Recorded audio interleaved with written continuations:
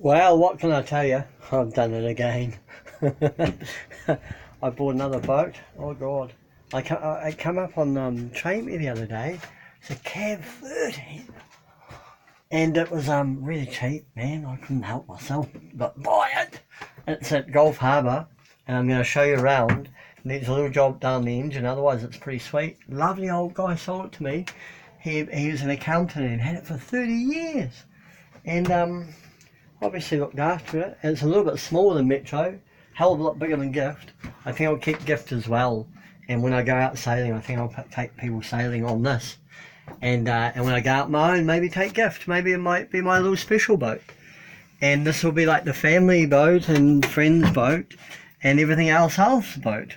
God, I don't know. I'm nuts, I know. But, you know, boats are just my thing. I love them so much. Oh. Anyway, I'll show you around. It's really cool. Right. So I tell you what. Let's go look at the outside first. So the marina here.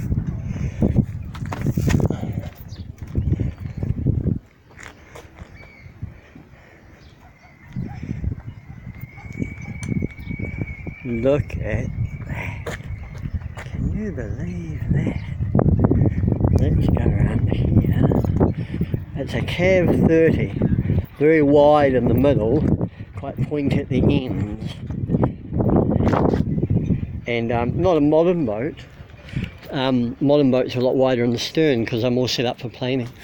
There's the cockpit. The rig, it's got a nice furler on the front.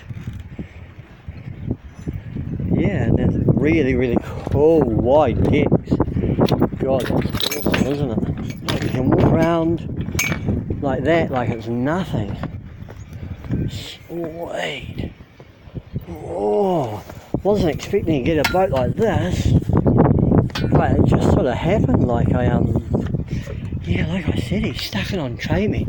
Just an insane price, you know. Like, I don't want to say what it is. It's embarrassing.